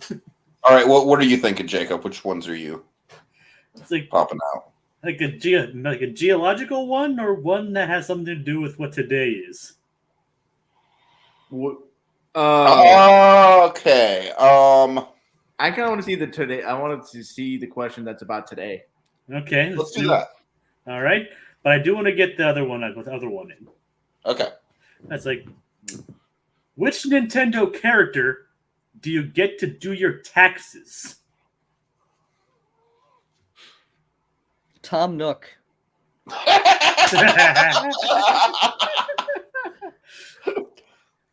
All right, good pick. Yoshi. Yoshi. Okay, Yoshi. I don't know why I find that pick equally amusing. Well, there is some reason, but I won't explain it just now. Yeah. But You feel me. All right, Jokers with Tom Nook. Yeah. Go ahead. So this one's pretty self-explanatory. He is the financial man in any Animal Crossing town, and I trust him with all of my bells to make sure that I'm getting as much bells back as I can. And yeah, I think he's good with money. I think he's got a good head on his shoulders. I'm pretty sure he's accredited. So that's definitely helpful as well. Yeah, I think he's the perfect choice to handle all my money and all my financial advice and give me financial advice. Thank you.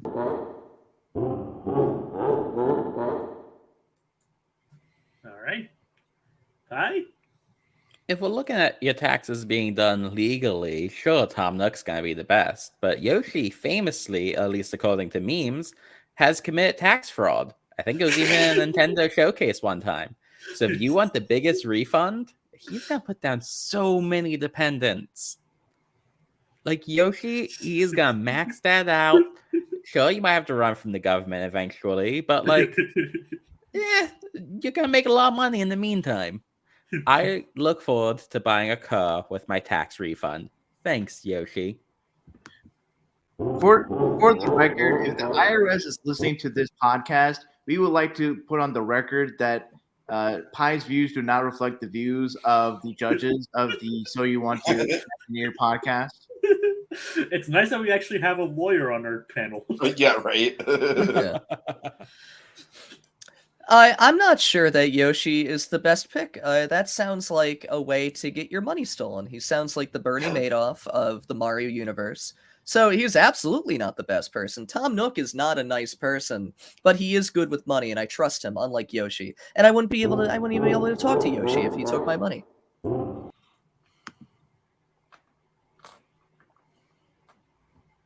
You'd be able to talk to Yoshi, but he would just respond by going like "bleedoo" or something like that. I don't know, Tom Nook, you'd get it done right.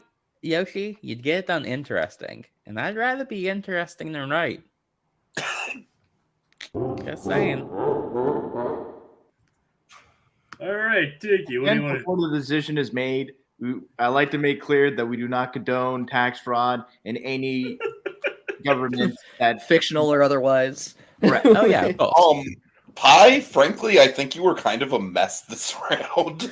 Oh yeah. I don't like what even was that? Yeah, there's no way. I mean, Have you like, never heard the Yoshi tax fraud memes? it is a legit internet meme.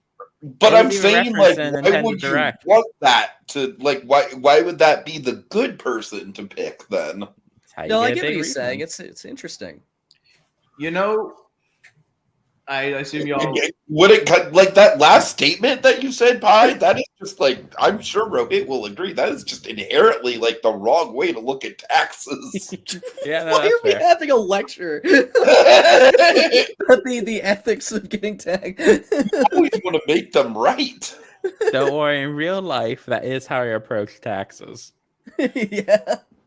For legal reasons, this was a joke, sarcastic line, and something that's said in jest. So, for any IRS auditors or legal counsel that is present, I would like you to keep that in mind and for any investigations pending. I mean, technically, like I said, Rohit's technically a lawyer, so he's kind of close. But I don't think he's a tax lawyer, right? No, I'm not. Okay. I can say anything I want. I'm not in the U.S. They can't catch me. They don't have jurisdiction. I genuinely think that Tom Nook was a really good answer. Like, I totally get what you're saying. He's not a nice guy, but like at the same time, I feel like he doesn't inherently screw you over. Yeah. like I don't know, like I really, let's just say like he gets a bad rap because like if landlords were like him in real life, we would not have the housing issue that we're having right now. He's I mean, very fair. he basically like builds you a house out of good faith that you'll pay it off. Exactly. I mean, sure, his prices are insane, but hey, you still have a house. Man, he's definitely from San Francisco then.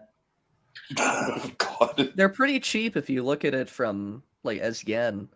It's like, I mean, heck, you just make your money just planting a bunch of peach trees and then selling them at the Yeah. market.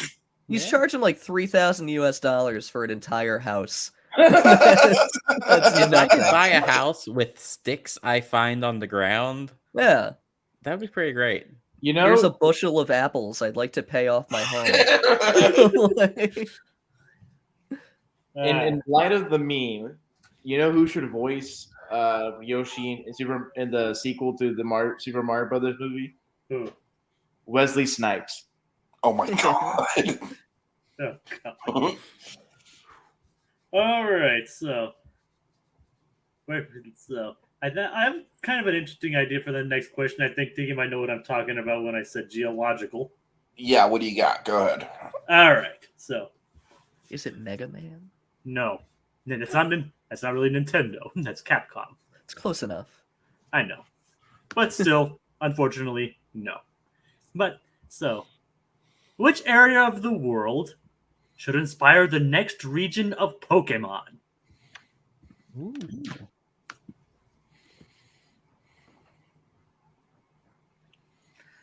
In case you did, and it can't be a region that's already been established in one of the 9 generations. Australia. All right, Australia. That's a good thing.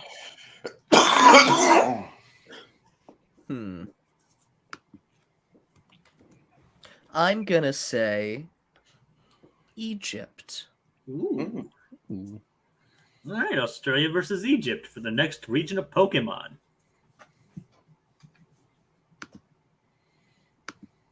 I mean, with Australia, you have so much interesting wildlife that could be translated into Pokemon. Kangaroos, koalas, fucked up spiders. Possibilities are endless there, and not to mention the interesting environments going between the outback to more urban areas like Sydney Opera House inspired area. Imagine a cutscene where you see Jigglypuff performing in the Sydney Opera House. It'd be incredible.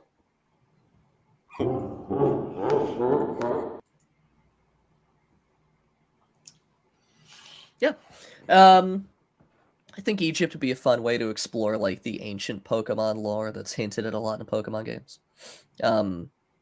While not quite as urban as Australia, there's a lot of really cool places you could explore. I think it'd be really cool to explore like a desert in a Pokemon game as well.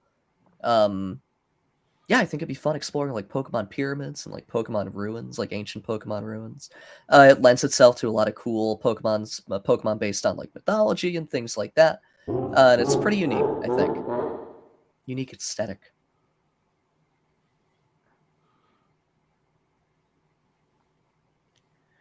Egypt would be cool, but with Australia, it's so famous for its crazy wildlife and just how over the top things are there in a lot of ways. Like people talk about being the Florida on the world stage. I mean, I get what you're saying about wildlife, but I feel at some point it's just going to be them copy and pasting real animals, where Egypt or a similar area could be more unique because you could focus more on mythology. You could have the locations would be more interesting, I think, especially for a Pokemon game.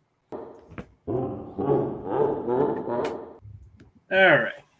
I kind of know where I'm leaning on this one, and since this was like one of my personal favorite questions that I came up with, I'll actually call this one. Like, both of you had really good picks, and probably while I was excited for your and especially with your opening statement, I think that Joker's. Well, I think that with Egypt, I think it like really leaned into more what I was personally looking for, like something that explores like something that integrates like the ancient Pokemon lore, the mythology. Even though ruins are something that has been featured in many previous Pokemon games, like it could really be brought to the forefront here with Egypt. And while Egypt around the pyramids does have like some modern cities, I'm still gonna go but exploring the desert and everything, and that kind of environment would be great. Not to mention even Egypt itself has some interesting local wildlife, that would lend itself as well. And obviously, the mythological Pokemon could be mythological gods. The Egypt mythology could lend itself to some legendaries. So I'm gonna go. So very good pick, guys. I'm impressed. Yeah, that'd be a really fun one to go in Egypt. I mean, other ones that I personally thought of was like Mexico and Rio de Janeiro. I almost said Rio as well. I was thinking like Brazil for South America, and for Asia I was thinking like Vietnam, because in Vietnam yeah. is specifically the Hunan province, which was the inspiration for like some of those floating rocks in Avatar. So I think that kind of like environment would be cool, and just sort of that Southeast Asian design and aesthetic. I think Alaska would be cool. Ooh, Alaska Yeah. Honestly, even another Japan one would be really cool. Yeah, India would be pretty cool too. Yeah. Ooh, that'd be awesome. And like I said, Japan would be nice, but like I was trying to expand beyond the ones that are. Oh yeah, no, totally. No, there's just like there's a lot in Japan not represented in a Pokemon game. I know. But like I said, the first 4 generations were basically based in Japan. I would have said also in regards to Australia, like there's the whole mythology stuff. Like in Australia, there's like the Aboriginal indigenous cultures that have their own mythologies and folklore. So I feel like for ancient Pokemon, that could also be utilized. Oh yeah, there's a lot more arguments I could have made that I just didn't think of in those 15 seconds. And who knows? Maybe that would have been better for a main round question, but I still think I still think you guys did very good with that. All right, so what do you think we should do next, Tiki? Well, Jacob, I was leaning on doing a Mario movie question, but I'm realizing that the nature of the question we have pre-selected, Jokers has not actually seen the movie, so I don't think he could. I think he'd struggle with that one. I can't see it yet because they're only dubbed over here, so I can't watch it in English. All right. But Jacob, do you mind if I do another like Mario movie related question that like he doesn't have to see the movie to do? Okay, go right ahead. Okay, guys. Who should play Wario?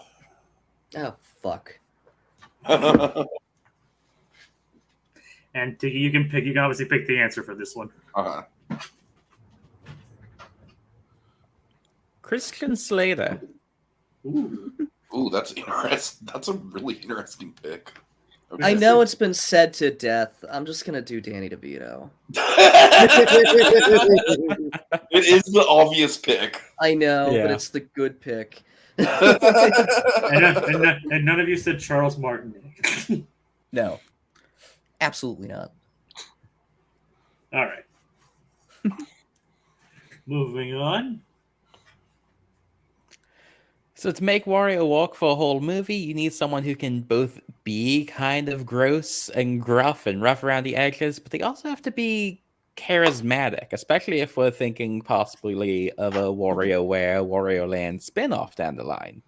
You look at someone like Christian Slater, while they are a bit older, they have a youthful enough voice still, and they aren't that old that they can match the younger cast like Chris Pratt, while still being real gruff and rough. Just look at Inside Job, where he was one of the leads in that. Danny DeVito's Danny DeVito. It's pretty self-explanatory. I think his voice is perfect for Wario. It's like not a one-to-one to Wario, but like close enough that it's recognizable, both as Danny DeVito and as Wario. I think he'd play the character really well. We all know he can do gross characters very well. While not young, I don't really think Wario needs to be presented as a young character. I think it's okay for him to at least sound a little bit older, even if it might look like regular Wario in the film.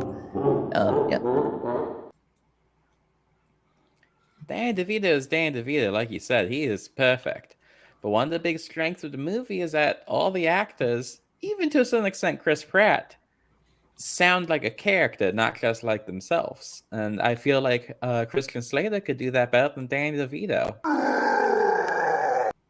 Wrong. What the? F- I clicked on the. I'm sorry, I insulted Danny DeVito. I love him. sorry, my mouse slipped. But There we go. there we Oh, go. thank God. Okay. Sorry about that. Sorry about that. I'll just get rid of that one. That was the other option for R2, and yeah, that would have been really distracting. Glad we went So, my rebuttal to the voice thing is that I feel like Chris Pratt's the only one who's doing. Hold on. Sorry, Jim. Oh, damn it! Sorry, I start No, over. it's okay. I was fucking taking a swig of tea while you were starting. Come on. Oh wait, God! wait, And now wait. I'm starting too early. Sorry. Go ahead. No, it's okay. It's okay. Start it again. We'll do it. Okay. So my rebuttal to that is that I feel like Chris Pratt's the only real Mario character that's doing a voice. Most of them, as far as I've seen, seem to just kind of be doing their normal voice. So I think it's okay that Danny DeVito is kind of doing a Danny DeVito voice. But I just think he's really suited to the character more so than Christian Slater.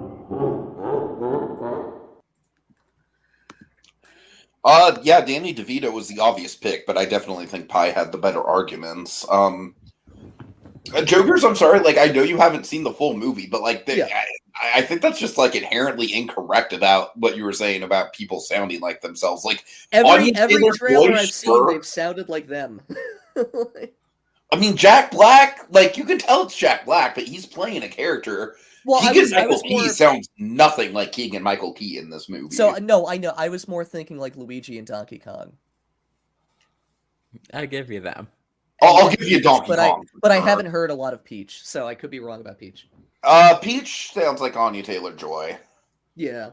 Anya Taylor-Joy is honestly probably like my least favorite performance in the movie. She's not bad. She's just kind of like, you can tell that if they would have hired an actual like voiceover artist, it probably would have been a little stronger. He was a weird pick because I feel like he's also not the kind of celebrity that would bring people into a Mario movie. Right. I don't know what was the idea behind casting her.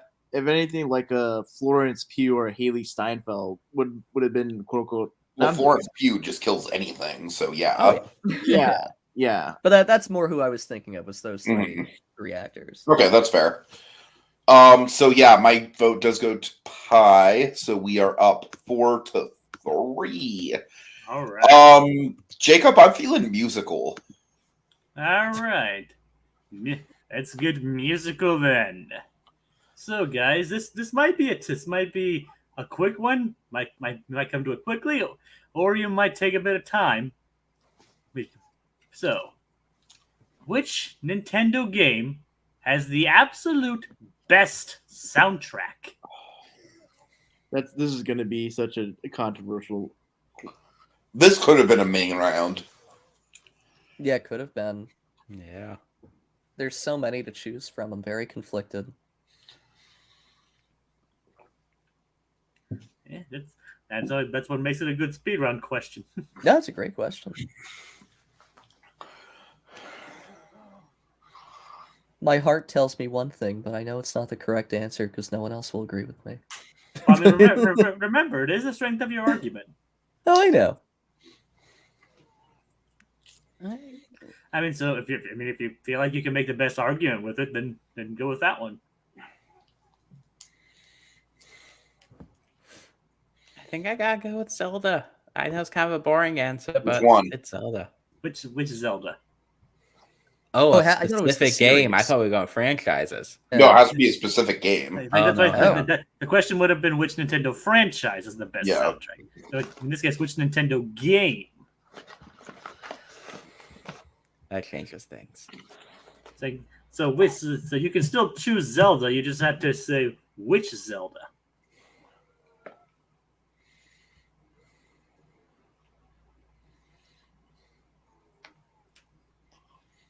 No one is going to agree with me. I'm going to say Mother 3. No. I knew you were gonna fucking pick that. Yeah, I have to. It's seriously one of my favorite game soundtracks.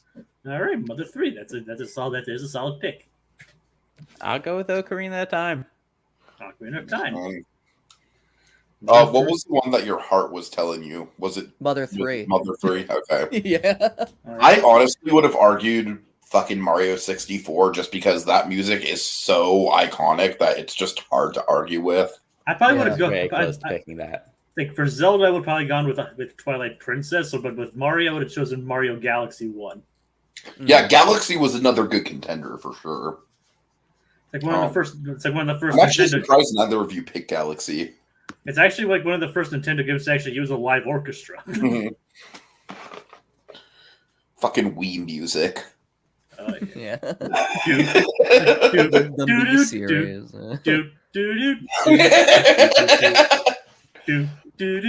All right. Okay, let's get on with this mercy killing. Mother 3. Am I going first? I'm sorry, I forgot who chose first. You did. Yeah. Okay. Cool. Mother 3 is genuinely one of my favorite video game soundtracks. It just has so much heart to it. It's like super varied. So like every song, every track sounds distinct. Every track has its own identity, and it like when you hear a song from Mother, you know that it's from Mother. So that's why I think it's the best game soundtrack. It has so much heart. It has so much soul in it. And it's just super unique, and yeah, it's just real good.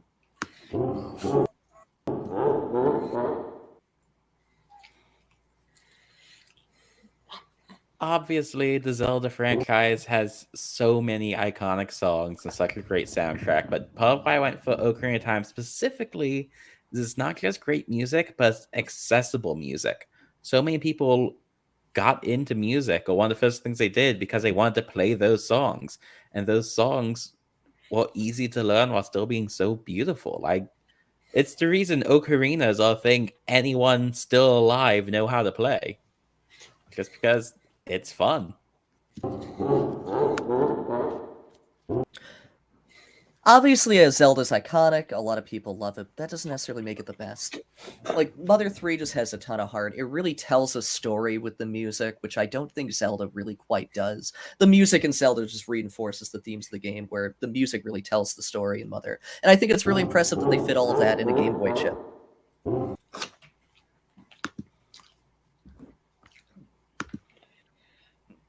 I think to your point, it's not necessarily. Wait, it's over. Sorry, It's over. sorry, hold on. Tiki's Is it- having a big thing. Did Pi go? Yeah, I'm sorry, Pi. Joker. Oh, I fucked up. I fucked up. I'm sorry. You fouled me up because I was thinking that Pi went first. So go ahead, Pi. Sorry. Okay. Yeah, well, it's not, to your point, it's not that the music tells the story, it's that the story is the music. It's right there in the name, Ocarina of Time. The whole story, the driving force, is around learning these songs and exploring the soundtrack and engaging with it in a way few games have you do. All right. Gonna put chances up. Rohit, I'll let you pick this one. This should have been a regular debate question. Sorry. No, it's not your fault. I totally could have talked about this for a long time. I would love to hear it one time. This is tough because I think you both made good arguments. I think I think I'm gonna go with Mother 3. Yeah. Mother 3. All right. Jokers looks like going with your heart. Worked out. Finally. I'm very surprised. Thank you. Had a great argument. Oh yeah. It's like You guys should seriously listen to the soundtrack if you hadn't. It's a great soundtrack. All right. So that brings the game 4-4. All right, Jacob. I'm feeling either the quick draw or the worst. I don't know. I kind of think the worst one would be fun because we haven't really had much negativity in this debate. All right. What way to close out the happy-go-lucky world? Happy-go-lucky world of Nintendo. Hopefully, you guys all know what I talk about when I say that. It's like with celebrating the worst of it. So something that's prevalent in both of your guys' favorite picks. Who is the worst Nintendo sidekick.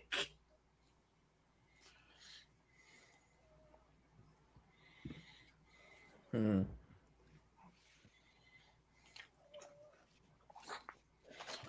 Give me a sec. Are you Googling? Yeah, I forget their name, which further proves my point. That's fair, I guess.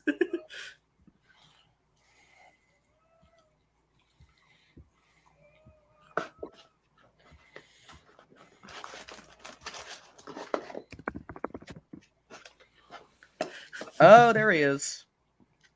What? I want to go with Cappy. I think it's going to be Really? controversial. Whoa. That is a hot take, Pi. That is a hot take. I'm gonna go. Sorry, finish what you were saying.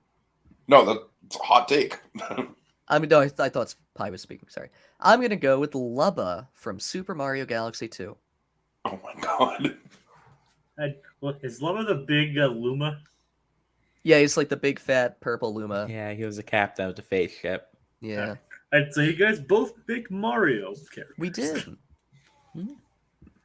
All right, so explain to us why Cappy is the worst Nintendo sidekick of all time. What I feel really brings Cappy down is how much potential there was. With Odyssey, we were expanding the Mario lore, bring it to like a modern era. It was like, yes, this is what we got. It's a new era of Mario. Then Cappy was just kind of there. He was cute. He put eyes on your hat. It was a cool power up, but you didn't need a character for the power up. Or he could have had a personality. He could have done more. He could have been more of a character because you don't want Mario to be too exciting. So you have the side character be the excitement, be the driving force. He's just there. Cool. Lubba is so nothing of a character that I had to Google him to remember his name. Right off the bat, he's a negative because he's the reason why we don't have Rosalina in the sequel or the observatory.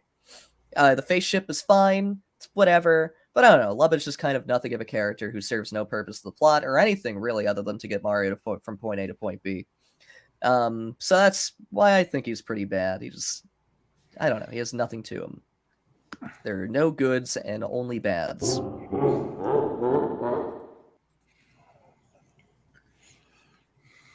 Because of Cappy, for a long time there, almost every piece of Mario merchandise, his hat had those giant eyes on it instead of the iconic M.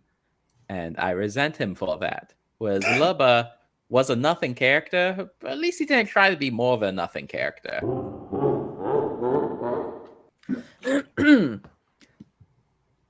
Honestly, personally, I really like Cappy. I think he's cute. I think he has like what little personality he does have is fun. He's integrated into the story. He introduces a really fun mechanic into the game. So while he might have gotten bad hats for a couple years, he at least adds a lot to the game. Where Lubba adds only himself, and he only takes. All right, so since this is a tiebreaker round, all three of the judges will deliberate. Cool. Where's your head at, Jacob? Well, actually, I'm going to build up to that and have you guys go first. That's fair. Okay. I can go. So I honestly think this is a really well fought round. I think both of you had really good points against the other one. Pi, I really like the point about like how Cappy kind of overtook Mario merch for a while. And I really like how, like, come to think of it, you're right. I didn't really think about it, but yeah, Cappy really isn't that much of a character, and they really could have made him more of a character. So it kind of illuminates something that I wasn't really even considering. And Jokers, I do think you had some good defense to Pi's points, and I also like that you that you really kind of took a sort of maybe a more obvious approach to it, but demonstrated in a good way. So yeah, Jokers, I also really appreciated the like the fact that he is the reason that Rosalina isn't in the sequel. Like that is super frustrating. Like, technically, she is just at the end credits, really. Having said that, I do think I'm ultimately going to go with Pi. I just think that I kind of admire the boldness of choosing Cappy. Like, it certainly goes against the grain. Odyssey is a super popular game, but I do think he raised some good points. I do think Cappy kind of like was a little overexposed there for a while, and I do think that more could have been done with his personality. So, unconventional pick, but I am going to go Cappy. All right, that's one for Cappy. So, Rohit, who were you leaning towards? I think it was a very good, as Tiki said, it was a good even debate. However, I think for Cappy, I think I heard a lot of like missed potential and just not done well, but there wasn't really an active demonstration in my mind that this character was just on a fundamental level extremely flawed, very little redeeming value. Whereas for Joker's, he outlined specifically the fact that we didn't get Rosalina, the observatory, and that in terms of the character, there's just nothing added. And that in the defense, I think Joker's made a good point to highlight certain positive qualities of Cappy and highlight how they were integrated in the story, integrated into the, game mechanics, whatnot. And I didn't hear from Pi sort of arguments about, Lubba being any sort of benefit to, to their respective game entry. And so in light of that, in the sense that I felt I heard more about, what was the active detraction, what was the subtraction element, my vote goes to Jokers. All right. Cool. It's one for Pi and one for Jokers. But since basically you guys basically took all the points that I was going to say, to be honest. So I guess that's the downside of having you guys go first. but I'm going to leave you guys with saying I agree with what basically I'm leaning towards picking Jokers as well. All right. Picking I even forget the name, the fat Luma. It's Lubba. I learned that 5 minutes ago. But that kind of proves your point, Jokers. He's that. That was a great pick.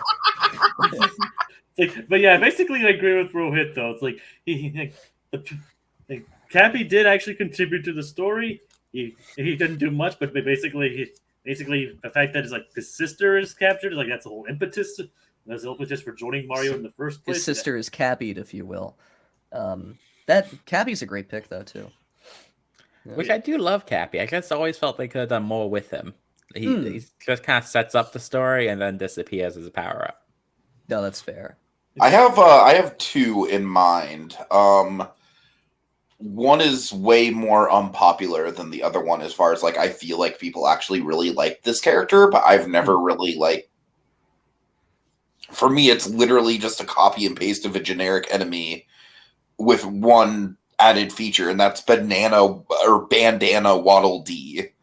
Oh yeah. I have never understood that. It's just a way to get a second player.